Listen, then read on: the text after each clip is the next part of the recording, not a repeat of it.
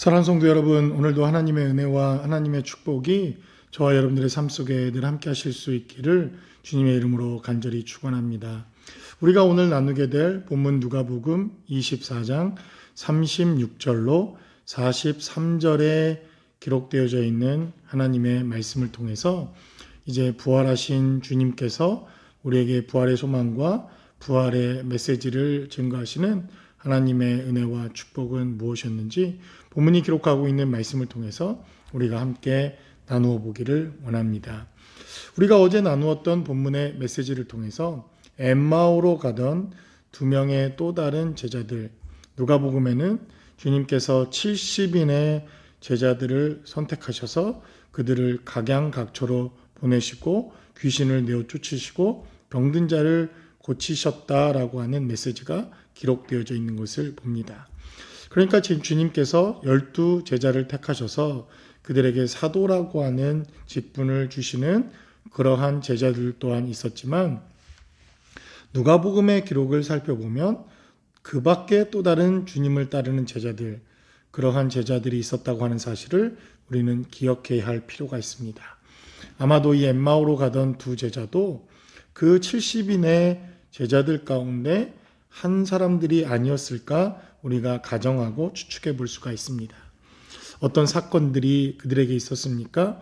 그들은 영의 눈이 띄어지지 않았기에 부활하신 주님과 부활하신 주님의 생명을 발견하지 못합니다. 그러나 말씀을 통하여 부활에 대한 사건을 경험하게 되어지자 그들의 마음이 뜨거워지고 그들의 가슴이 뜨거워지고 그들의 삶이 영혼이 살아나는 역사가 있게 되는 것을 봅니다. 그리고 오늘 누가복음 24장 36절로 43절에는 엠마오로 가던 그들이 부활의 은혜를 경험하게 되어지자 그들은 예루살렘에 돌아와 제자들과 함께 부활하신 주님을 만난 경험과 삶의 자리를 나누는 것으로 오늘 본문의 메시지는 시작됩니다. 자, 그렇다면 오늘 본문에 기록되어져 있는 이 메시지를 통해서 부활의 삶의 증인된 삶을 살기 위해서 우리에게 필요한 것은 무엇이었는지 본문이 기록하고 있는 말씀을 우리가 함께 나눠보길 원합니다. 그 첫 번째는 바로 부활의 경험을 우리가 날마다 나누는 것이 중요하다는 것입니다. 그 12제자는 즉시로 12제자가 있는 예루살렘으로 돌아옵니다. 그리고 그들이 엠마오로 가던 그날의 경험과 주님을 경험하고 주님을 체험했던 그 부활의 경험을 제자들과 나누었다. 성경은 이렇게 증거합니다. 바로 그렇게 부활에 대한 소망과 경험을 나눌 때 36절은 기록하기를 이 말을 할 때에 예수께서 친히 그들 가운데 서서 이르시되 너에게 평강이 있을지어다 하시니라고 주님이 다시 부활의 육체를 가지고 그 무리들 가운데 나타나셨다는 것입니다.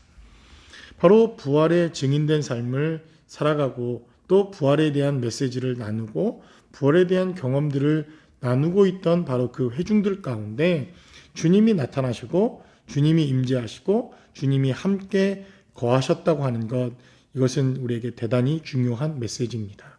그러므로 교회 공동체라고 하는 것은 주님의 부활을 경험한 공동체요, 부활의 생명을 나누는 공동체요, 주님의 부활을 우리가 함께 경험하고 나누는 것으로 주님의 임재와 주님이 함께 하시는 것을 경험하는 공동체라고 하는 것을 우리가 기억해야 합니다.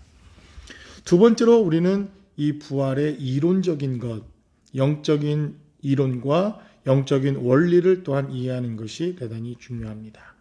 부활의 실체를 우리가 이론적으로 아는 것도 대단히 중요하다는 것입니다. 37절의 기록을 살펴보면 그들이 놀라고 무서워하여 그 보는 것을 영으로 생각하는지라. 모든 것을 영적으로 생각하는 것도 대단히 좋은 일입니다. 그러나 영적인 것과 우리가 일상의 삶의 자리에서 우리가 하나님의 부활을 우리가 이해하는 데에는 하나님의 말씀을 통한 분명한 이해가 우리 삶 가운데 필요합니다. 우리의 신앙생활, 천국, 그리고 영적인 삶, 영혼에 대한 것들임에 틀림이 없습니다. 그러나 이 부활이라고 하는 것은 단순히 영적인 사건만을 의미하는 것이 아니라 현실 가운데 우리가 보고 만지고 느끼고 경험할 수 있는 이러한 삶의 체험과 경험이 부활이라고 하는 사실을 우리가 기억해야 할 필요가 있습니다. 그래서 38절에 기록된 대로 예수께서 이르시되 어찌하여 두려워하며 어찌하여 마음에 의심이 일어나느냐. 37절에는 그들이 보고 무서워하며 그 보는 것을 영으로 생각했다 이렇게 번역되어 있지만 보다 더 쉽게 우리가 이해하기 위해서는 이 번역은 그들이 보는 것을 귀신으로 우리가 생각하는 것처럼 우리가 죽은 자가 살아나는 것 이것은 귀신이라고 말하지 않습니까? 바로 귀신을 보는 것으로 생각했다 이렇게 번역하는 것이 원문에 훨씬 더 가깝습니다. 그래서 38절에 어찌하여 두려워하며 어찌하여 마음에 의심이 일어나느냐라고 그들에게 주님은 말씀하시고 39절에 내 손과 발을 보고 나인 줄 알라 또 나를 만져보라 영은 살과 뼈가 없으되 너희 보는 바와 같이 나는 있느니라 라고 말합니다. 결국 이 부활은 우리의 영혼에만 관계된 문제가 아니라 이 부활 시에 입게 될 우리의 새로운 육체, 새로운 피조물로 거듭나는 바로 물질적인 부활, 우리 육체 전 인격의 부활을 의미한다는 것입니다. 그러므로 이 부활이라고 하는 것은 현실 우리가 살아가고 있는 삶의 모습과 대단히 밀접하게 관련되어져 있는 것입니다.